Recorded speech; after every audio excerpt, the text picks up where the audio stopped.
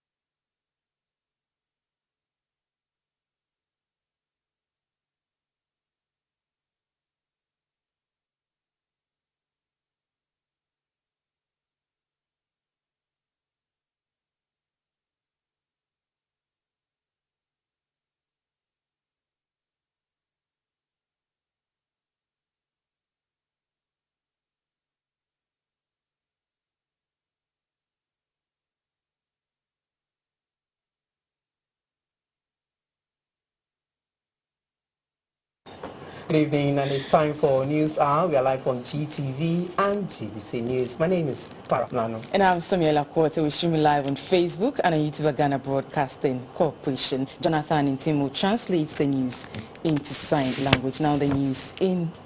We take the headlines. $50 million 435 megavolt arm station at Kaswa inaugurated to boost electricity supply. Police declined protection to persons seeking to picket at GBC and the police headquarters because, according to the service, it is against the Public Order Act. Also, Ministry of Food and Agriculture poised to enforce local production of organic fertilizer for farmers. Management of Atebubu College of Education deny allegations of demanding plastic chairs from level 100 students before admitting them to their halls of residence. And the World Health Organization says 7 African countries have cumulatively reported about 1,400 monkeypox cases. Now the news in detail. The Millennium Challenge Cooperation Compact 2 agreement with the government of Ghana has officially ended. The inauguration of the $50 million 435 megavolt arm station at Kaswa in the central region formally concludes the program. The Vice President, Dr. Mahamudu Bawumia, expressed government's gratitude to the U.S. government for the $863 million support in the 2 compacts. He said the bulk station will address most of the bottlenecks in the power transmission lines. Bulk supply point is part of the $350 million power compact between Ghana and the Millennium Challenge Corporation. The station has a maximum capacity of 435 megavolts amps and is a gas-insulated switchgear substation. The Kaswa bulk supply point is the second largest bulk supply station in the country after the Pokwase bulk supply point. It is expected to provide reliable and improved power supply to the people of Kaswa, Senyabriku, Bodriase, Nyanyano and its surrounding areas. The Kaswa project formally ends the power compact. The board chair of the Millennium Development Corporation, MIDA, Professor Ntiamwa Beidu, said MIDA has discharged its duties under the agreement with dignity. We believe what we've done is actually a very good example of how to use effectively funds from our development partners. The deputy head of mission at the U.S. Embassy, Ms. Nicole Schulich, said the U.S. government will continue to support Ghana's development agenda. The $316 million MCC Ghana Power Compact has delivered impactful infrastructure, improved access to electricity, and increased energy efficiency on time and on budget. The Vice President, Dr. Mahamudu Bawumia, said with the coming on stream of the bulk supply point, the beneficiary communities will enjoy stable and quality power supply. It is also my pleasure to acknowledge that the assets we are inaugurating this afternoon will ensure that the supply is adequate and reliable to aid the rapid growth in industrialization, which our government has set on course under the One District, One Factory policy. Dr. Bawumia said Ghana is indebted to the U.S. for the 2 compacts. He appealed for the consideration of a third compact since the country met all the conditions in the two compacts.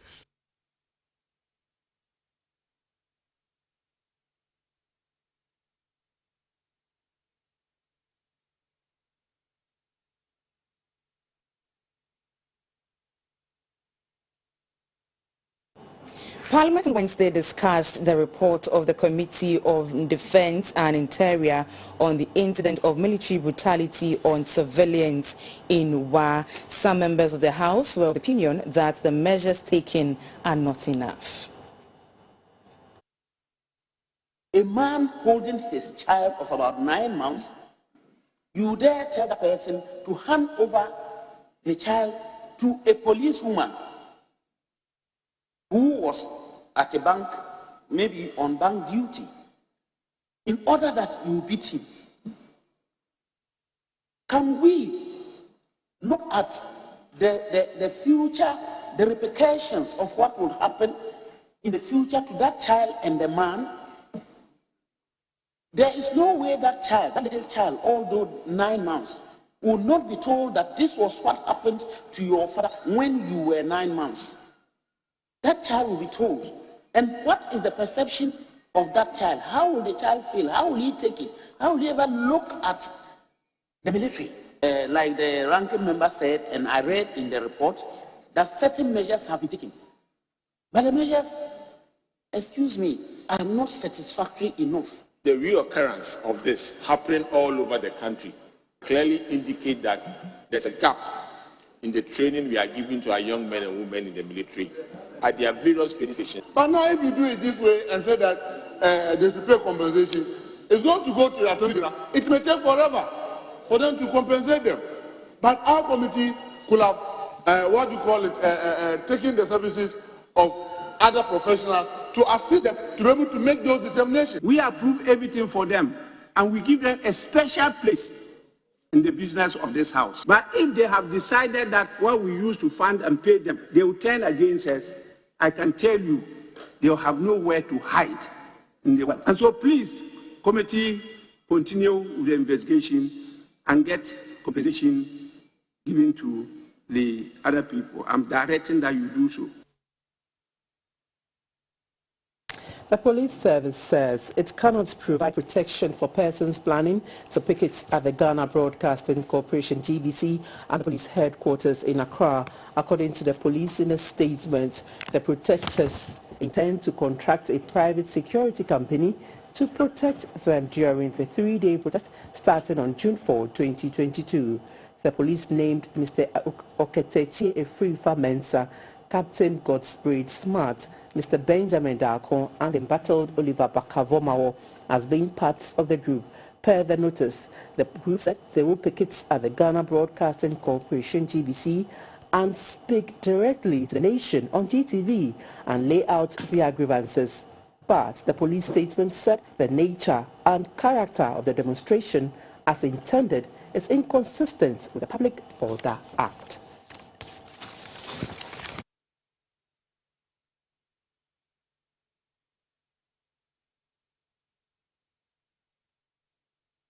The Minister for Works and Housing, Mr. Francis Asenso-Boakye, says the housing deficit in the country is causing a market failure in the rent sector, hence the need to review the Rent Act. The minister was in Parliament on Wednesday to answer questions on the Rent Control Act and its enforcement. The minister, the law provides that rent payable shall not exceed 6 months. But in practice, we know that landlords demand rent in advance of 1 year, 2 years, 3 years. What steps is the minister taking to enforce the Rent Act? Because we have a very huge housing deficit, the demand outstrips supply. Supply outstrips demand. And as a result, there's a market failure. So it has become necessary, in the light of what is happening, to review the Rent Act. And that's one of the main reasons why we are taking the necessary steps to review the Rent Act. At this stage, we are working with the Attorney General and also receiving proposals from all stakeholders. So, Mr. Minister, is it demand and supply which is regulating rent payable or the Rent Act? It's not the demand and supply. In fact, the Rent Act is very clear on that. But Mr. Speaker, if I give you 6 months and you tell me that you cannot afford, there are a host of others who will come and see me behind the scene and take the rent, say in 3 years. So that is what I'm talking about, the market failure. And as a result, we all need to come together and help with the review of the Rent Act. That can stand the test of time. For purposes of clarification, if by his answer he suggested that because of the housing deficit, the state is helpless when it comes to enforcing the Rent Act. Demand and supply imbalance. It is inhibiting government's effort at implementing the current Rent Act. As the world gradually migrates towards green energy with a 2030 deadline, Ghana is deepening her drive to meeting the agenda. Student leaders have thus been exposed to Ghana's energy transition plan with the aim of equipping the youth to contribute meaningfully to the country's efforts in adopting cleaner energy. Africa is the region most affected by climate shocks. 5 out of the 10 most affected countries in 2019 are on the continent. In 2021, 131 extreme weather climate change related disasters were recorded on the continent, 99 floods, 16 storms, 14 droughts and 20 wildfires. According to experts, access to clean energy is a critical enabler for development in all sectors. The shift from pollutant fuels such as wood fuel and charcoal to LPG will help the depleted green vegetative cover regain her lost state, improve the health of especially women and children, and give man some clean air to survive. The National Energy Transition Plan means everybody must change their lifestyle and move to clean energy in their daily lives. We are currently developing an e-mobility policy, which is already in drafts, to guide the deployment and scale-up of electric vehicles in the country. We are also working assiduously to introduce the first ever battery-powered electric buses as well as gas-powered buses for public transportation. The student body has its own role to play in the transition agenda. As student leaders and as the National Union of Ghana Students, what is very key to our heart is that even beyond the programming or the planning stages of the transition plan, we want to see more of inclusivity into the implementation of the energy transition plan. What that means is that it underscores the goal and the hallmark of the ministry to be an all-inclusive ministry that operates an open door policy for young people to be a part of decision making in our country. In calling for a shift to clean energy, government must provide an alternative, cheaper and reliable solution for citizens. We modernized or we changed our laws in 2020 December, the Renewable Energy Act amendment, such that everybody from individual to industry to the high polluters will start thinking about clean energy as a source of your activities of daily life. The Stakeholders Forum with student leaders is part of measures to raise awareness and educate the populace on the country's energy transition plan. The world's 500 million smallholder farmers will provide a significant portion of the world's calories are struggling to deal with hotter conditions that dry out crops and the soil and expand pest populations. An engineer from the Ghana Irrigation Development Authority, Mr. Richard Oponboaten, is proposing solar-powered irrigation systems touted as cheap, reliable water for smallholder farmers while cutting carbon emissions. He is also urging policymakers to subsidize electricity tariffs for smallholder farmers, especially in the area of irrigation. The southern Ghana, to buy vegetable is very expensive, but we have a lot of rivers that is running into the sea. So I think that for the energy tariffs, if before we go into the solar, our farmers are really having challenges, can we talk to the government to have a special tariff? I mean, how can they pay commercial when somebody who is producing like maybe watches be at the same rate with a smallholder farmer? It's not possible. So we need a special tariff. I mean, it can be between the domestic and the commercial. Let's find a way where we can fix our smallholder farmers in terms of energy. A time will come, if we don't have natural gas, we cannot have electricity. But God being so good, we have sunlight. It's free. So we have to tap the solar energy. And that is the only way we can upscale production. We are importing a lot of rice. We can produce and feed our country.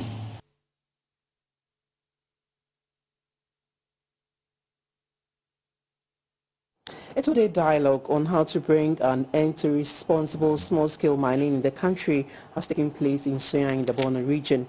The multi-sectorial dialogue involved political parties, industry players, regulatory bodies, traditional authorities, academia and members of the diplomatic corps. Another tone for the deliberations, a video on some of the challenges brought on by irresponsible mining was screened, dubbed Transformational Dialogue on Small-Scale Mining. The University of Energy and Natural Resources initiated a forum with the hope of bringing an end to the illegal mining menace that has destroyed the country's water bodies and farmlands. In a welcome address, the Vice-Chancellor of the university, Professor Elvis Asari Bediako, noted that attempts by both external bodies like the African Mining Vision of the AU and locally by the government and other partners to streamline small-scale mining in the country have not been successful.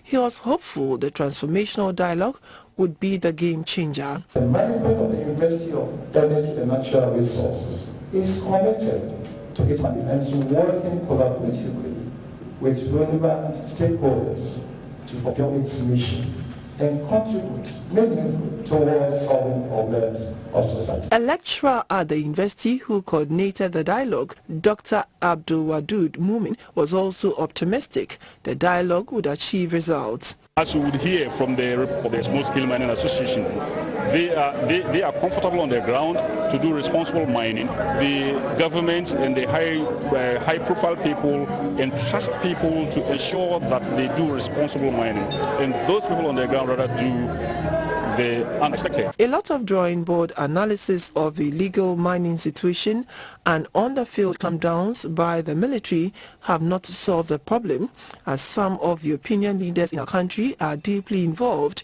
in the infamous act. In a fraternal message, a representative of the Borno Regional House of Chiefs and president of the Subin Traditional Council, Manakweku Bediako, implicated that politicians and non-politicians who are behind the Galamsey activities should listen to their conscience and tame their selfish behavior. Unemployment is a major factor working against efforts to solve Galamsey in Ghana. Currently, government is introducing the use of gold catchers for the recovery of free and fine gold from damp tailings as a way of helping the artisanal and small-scale miners to make a living without destroying water bodies and farmlands.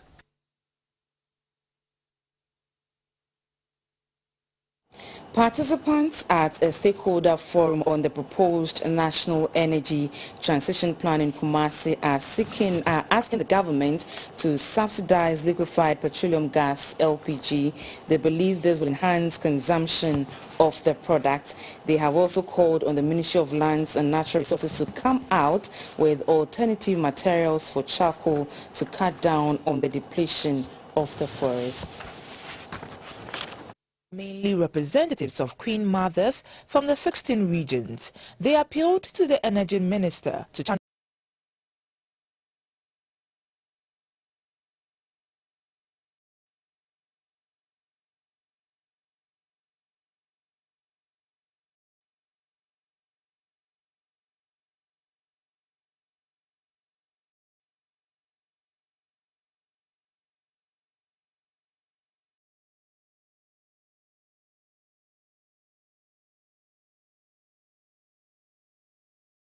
Dr. Matthew Poku-Prempeh said the campaign for climate change can only be achieved if renewable energy is affordable to the poor.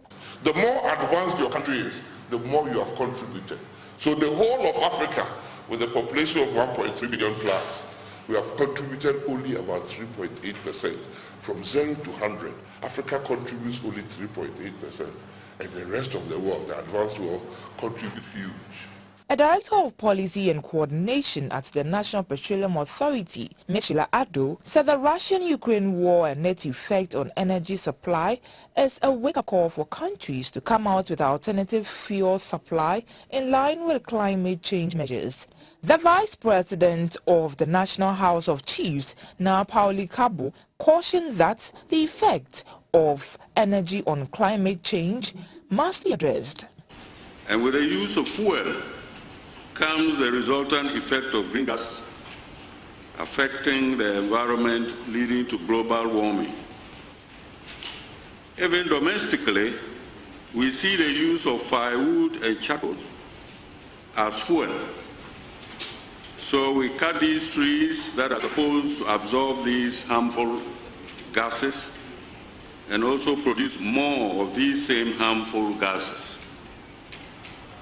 It is very important that as we use the resources of God, the resources God has given us, we ensure that we let future generations also benefit.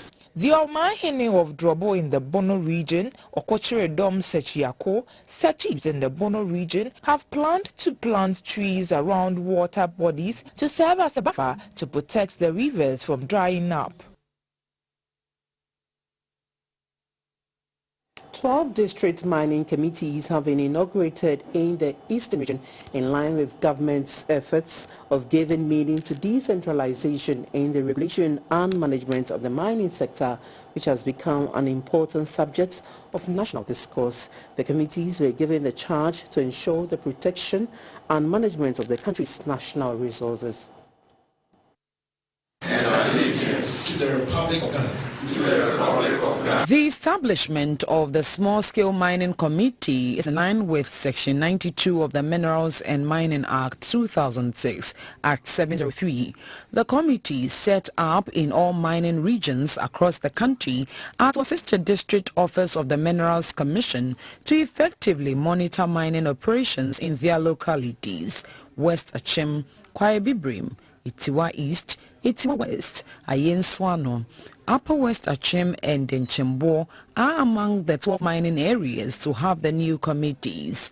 Deputy Minister for Lands and Natural Resources in charge of mines urged the committees to partner the various assemblies to work for sustainable small-scale mining. The committee will succeed in its duty of ensuring an orderly, effective, efficient, and sustainable small-scale community mining in its area of jurisdiction. I cited World Bank's contribution to appeal to Nananum that if forests are helping us in the fight against Ghana, then we must show our utmost support to fight this menace. It is therefore important for you as a committee to ensure that the small-scale miners convert every degraded land and water body into profitable venture and farming activity.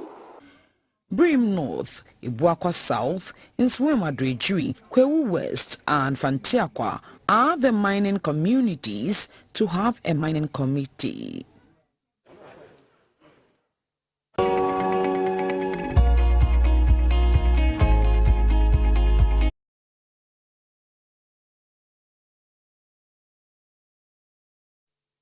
Hausa cocoa, also known as spicy millet porridge, is a Ghanaian street food commonly eaten as a breakfast meal. Some also choose to enjoy it at late afternoon as snack. It is usually paired with kose, another traditional snack made with beans. A few local spices are added to the millet to give it a distinctive aromatic flavor, taste and color. It is called Hausa cocoa because of the notion it was birthed in Ghana's northern parts. It is also common in many communities in Ghana. Achieving the perfect consistency, texture and creaminess of both the porridge and kose can be daunting, and that puts people off from making it at home. Today on Chopology, Hajia Aminu, a popular Hausa cocoa and kose seller at Nima in Accra, will teach you how to make your perfect cocoa and kose the simple way, and we are sure that will inspire you to make it at home. It's Hausa cocoa the traditional way right now. It is quicker and you achieve the silky, smooth and creamy nature of preparing Hausa cocoa. All you need for the Hausa cocoa is millet, ginger, cloves, guinea pepper, black peppercorns and a few chilies. Let's start cooking. Wash millet under cold water. Add cloves, ginger, guinea pepper, black peppercorns and a few chilies. Mill into a powdery texture. Add water and mix thoroughly into a smooth consistency. Using a sieve or colander, strain the chaff out and pour into a bowl and add a little more water. Leave to settle overnight for a slight fermentation. Carefully strain the water off the settled millet juice into a saucepan, leaving the millet paste aside. Add a little bit of water to make it a bit gloppy. Bring water to a boil and gradually add the hot water to the millet paste while stirring continuously. For a lighter consistency, add a bit of the hot water and continue to stir a bit further. Tightly cover the saucepan for a while to trap in the heat, then stir the porridge, which should have thickened at this stage. Now let's prepare our kose. Gather the ingredients: beans, onion, salt, oil, Scotch bonnet pepper or any spices of your choice. Remove any stones or garden debris from the beans. Beans is soaked in water for a day or two prior to preparation. Dehull the beans, that is, remove the skin and black eyes. Add the onion, ginger, which is optional, Scotch bonnet pepper and other spices of your choice to the beans and take to mill or blend into a smooth texture. Pour the blended mixture into a bowl, add eggs, then using your hand, a ladle or hand whisk, beat or mix continuously to entrap air. This process will make the mixture fluffy. You can add chopped onions and beat or whisk the mixture further. Heat up the cooking oil in a small to medium-sized saucepan. Test the readiness of the oil by dropping in a shaved piece of ginger or onion. If it sizzles and rises to the top, the oil is hot enough. Scoop the butter with a spoon and drop into the oil one at a time. You will see them puff up into round balls. Allow to fry for 3 to 4 minutes. Turn them from bottom to top to ensure they are evenly browned. Once cooked, scoop them out of the oil using a slotted spoon and allow to drain on a towel paper or in a sieve. You can make a flatter type of kose by adding more eggs, onions, and the green stalks of spring onions to the kose batter.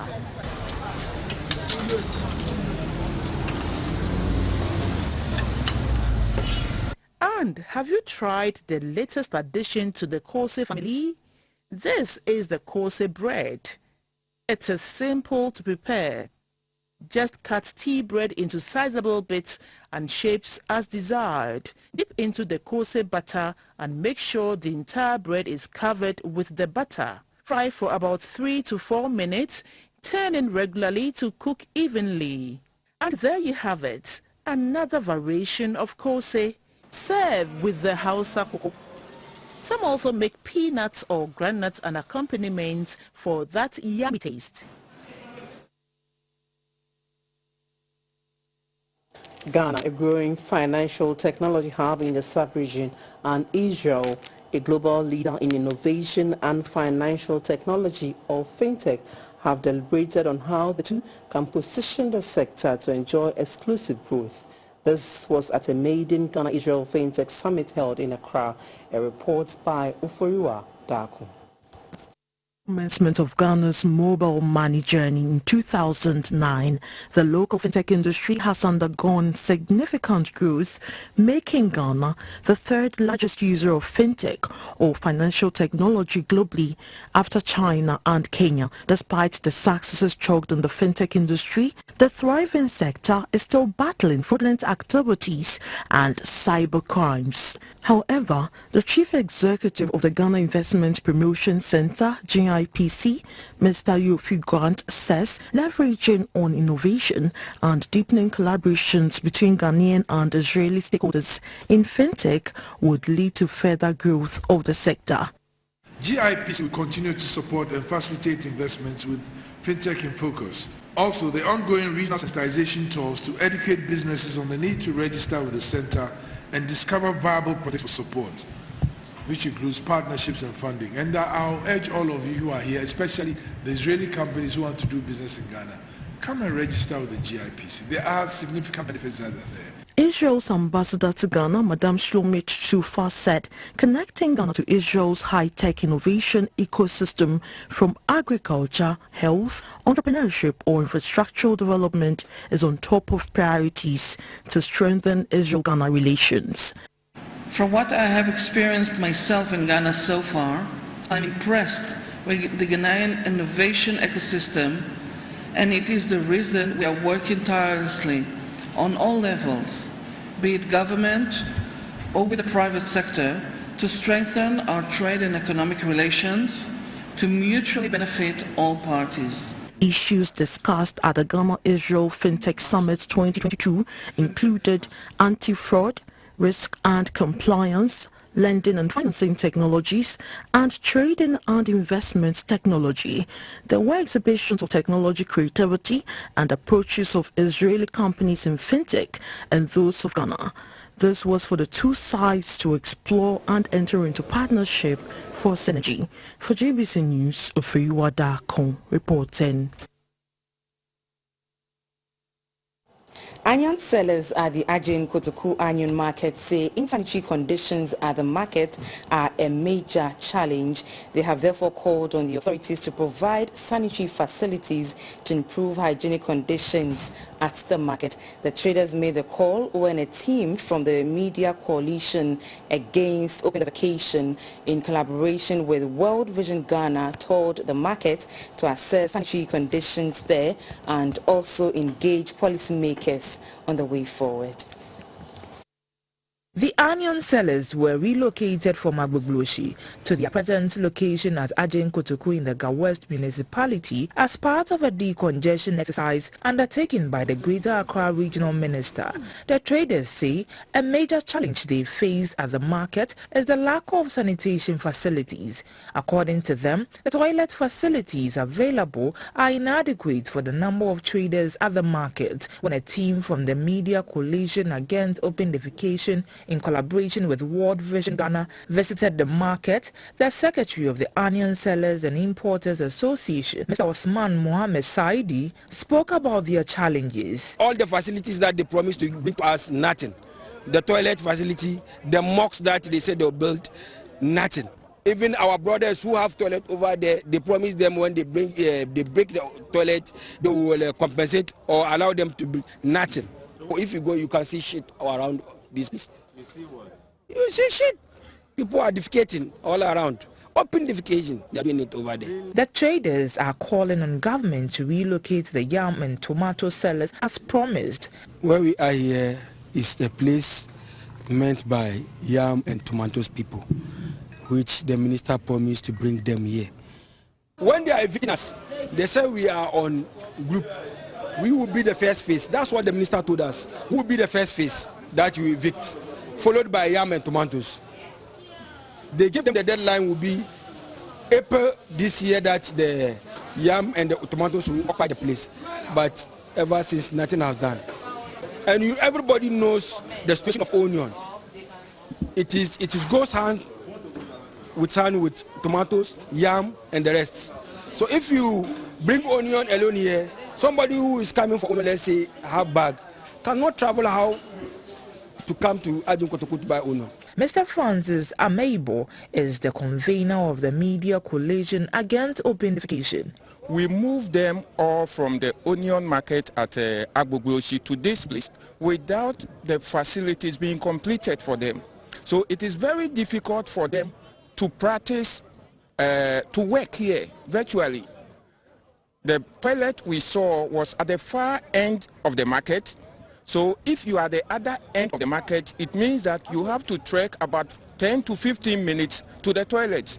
Data from the World Health Organization on sanitation in 2020 shows that 54% of the world population uses safely managed sanitation.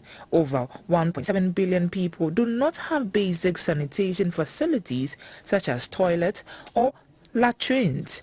And in Ghana, 17% of the population still practice open defecation.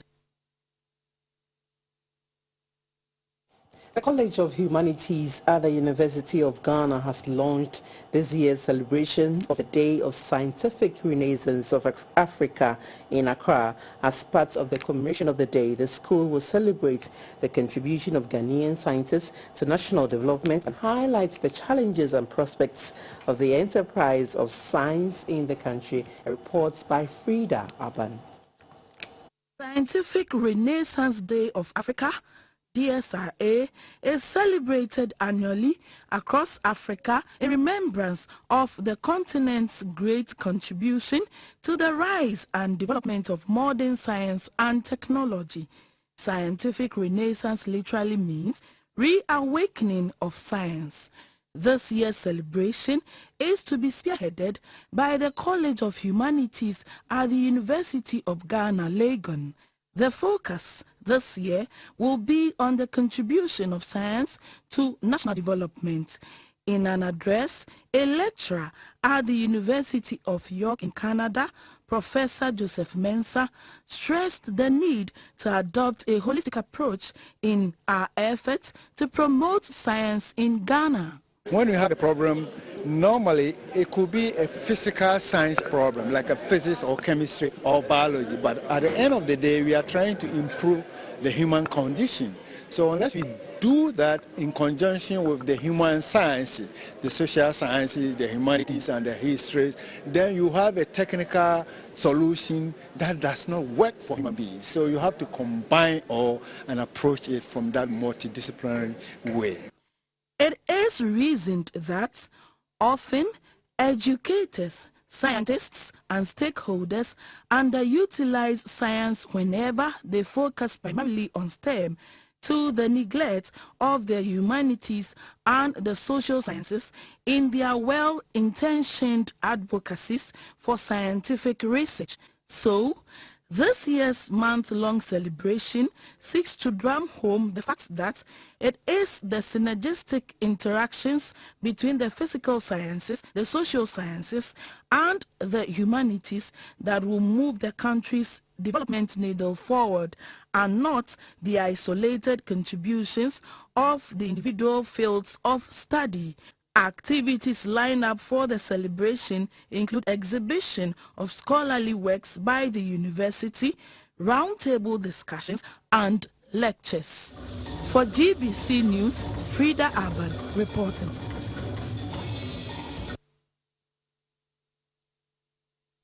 Management of Atebu College of Education in the Atebu Amantem municipality of the Bono East region says allegations leveled against the school by sections of the media that the school's management is demanding plastic chairs from level 100 students before admission on their halls of residence are unfounded. In March this year, the SRC informed them that they wanted to donate plastic chairs to the college, which could be used for social events, so that they stop or limit the movement of chairs from classrooms whenever there is an event at the college's auditorium. Management says initially they thought the SRC was going to buy the chairs from its coffers, which has been the case with other projects. But upon further inquiry, they stated that they were going to ask the students to each donate a plastic chair. Management therefore advised the SRC to discuss the proposed initiative with their students and bring feedback. The college authorities said in April this year, the leadership of the SRC informed management that the students in a meeting had agreed to donate plastic chairs to the college and would bring the chairs on their return for the second semester. The secretary of the Atebubu College of Education, Mr. Evans Nyako, told GBC News that on the evening of Sunday, May 29, 2022, when the 100 students were expected to resume the second semester, management was informed that the SRC had instructed hall presidents to inspect and collect the plastic chairs from students before handing over their mattresses to them. For management, our position is that every student should be on campus. We have enough chairs for our students. Just this March, we have procured 500 chairs. The management with collaboration with the SRC. So we want the general public to be assured that we are not asking any students to go home. The students are there.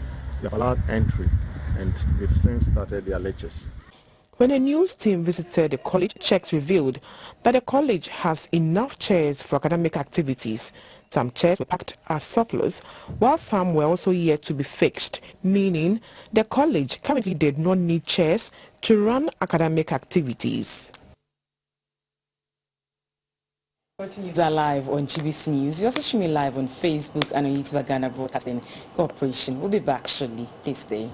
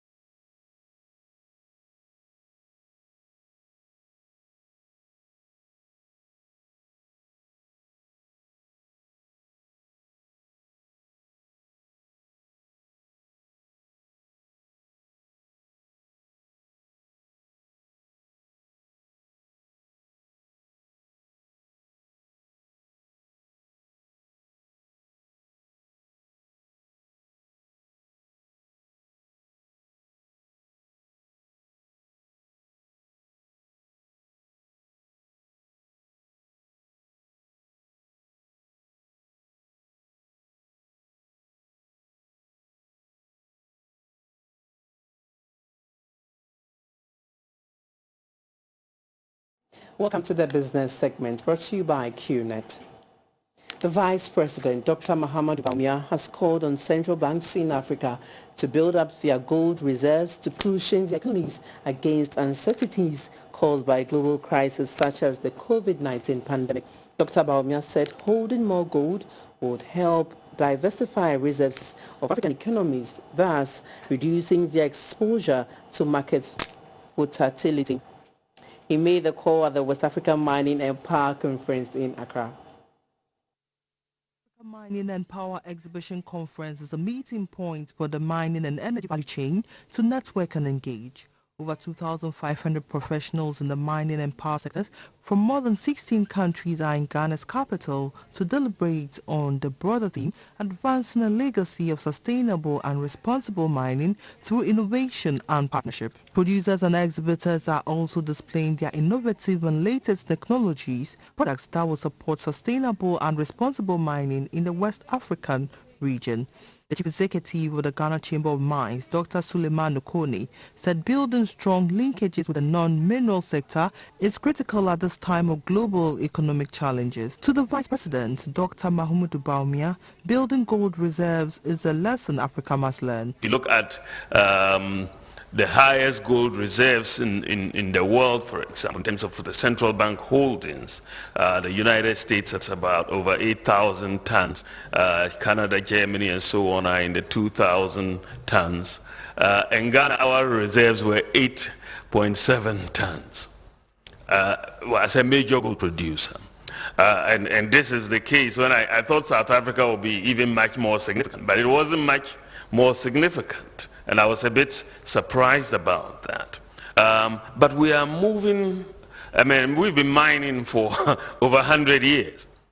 And one would have thought that at least our gold reserves would be much more significant because of the role the gold reserves play in stabilizing currencies and providing balance of payments support. Dr. Bawumia said African countries must use its new mineral discoveries to transform its economies.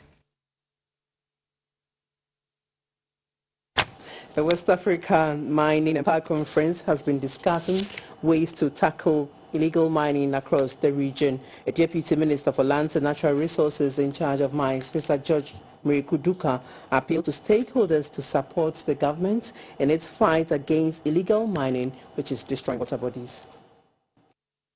The Ministry of Lands and Natural Resources is committed to the fight against illegal mining across the country.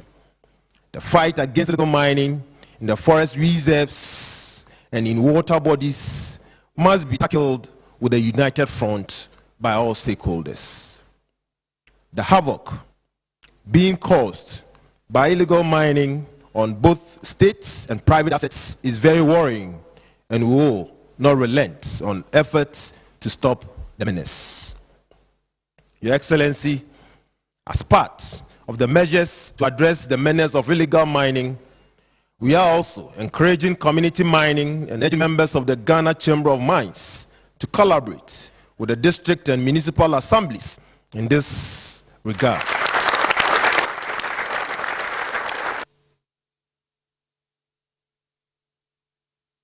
Small businesses with growth potential will be part of the main target of the Development Bank Ghana, created to boost financial to private sector 6th of this month. Commercial banks have welcomed the wholesale bank, which will provide competitive funds for them to support private sector growth and job creation. The managing director of GCB Bank, Mr. Kofi Adomakun, said DBG will tackle a long-term shortage of funding for SMEs. True, we have had banks like NIB and Agricultural Development Bank who try to also play a role of a development bank, but DBG comes with a big difference. The difference DBG brings is its independence, its governance, and the way it was set up. The partners DBG brings to the market is immense. So I think it's come at the right time. I think it's going to be a different type of bank from what we've seen in the past. It's not going to compete with commercial banks, but it's going to bring out value in commercial banks in the sense that it's going to do some on lending, much longer term, much more economic, competitive pricing in both foreign currency and in cedis, which commercial banks have lacked for a long time and has stifled growth of SMEs. So I think DBG's coming into the market is timely. For a bank like GCB, we see them as a unique partner who will help us deepen our focus into the market and help us develop those areas in agribusiness, those areas in ICT, in tourism, which much needed funding is required.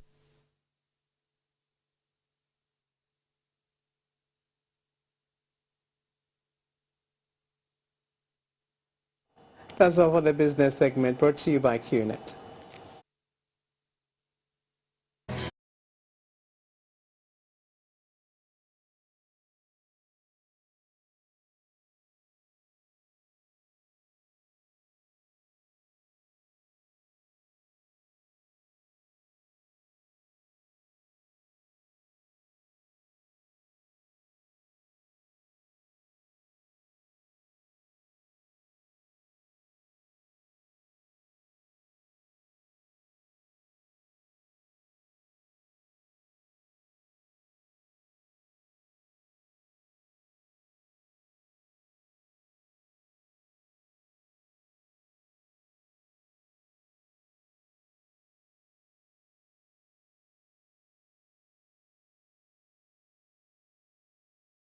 By Lufat Tobingo's premium gift to Africa.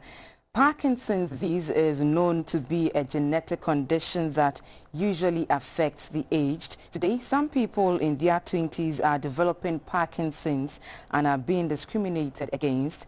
Subtle signs of Parkinson's disease: having excessive constipation, stiffness, fatigue, reduced sense of smell, having trouble sleeping, anxiety and depression, difficulty in organizing and remembering things.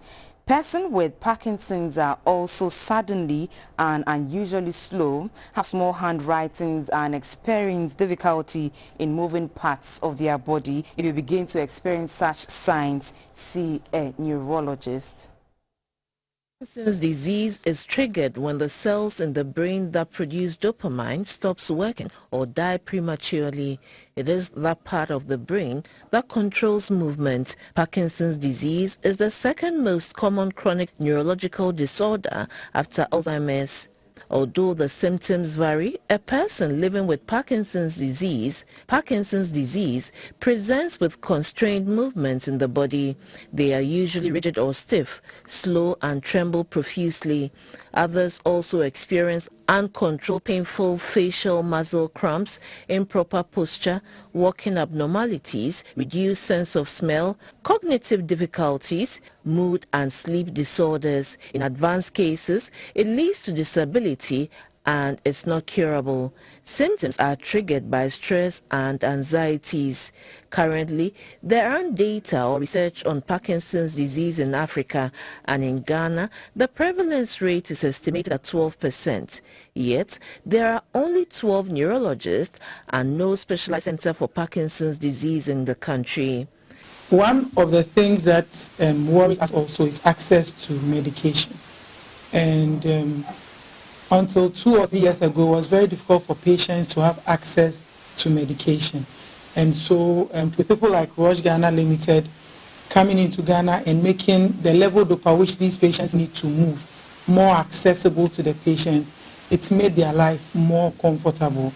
Parkinson's Africa partnered the Enidasu Parkinson's Foundation to increase awareness on the disease and address the needs of Parkinson's disease patients. We're trying to support and empower all Africans impacted by Parkinson's disease, and we do this through a number of ways. We support the local organizations to fund awareness campaigns. The highlight of what we've been able to achieve is being able to support people who cannot afford medication. A former war veteran of the British Army who lives with Parkinson's disease is on a campaign from Sierra Leone to South Africa to draw more attention to the disease. The test for me is to get to South Africa alone. Over the last month or two, I've recognized that might not be possible. I'm not giving in. I'm just having to rethink the way I run my life over the next few months because it's really difficult to do. To promote equitable access to care, Porridge Ghana has supported patients to acquire essential medicines. Sarah Fori, GBC News, Accra. That's the help brought to you by Lufat, Tobingo's premium gift to Africa. Please stay.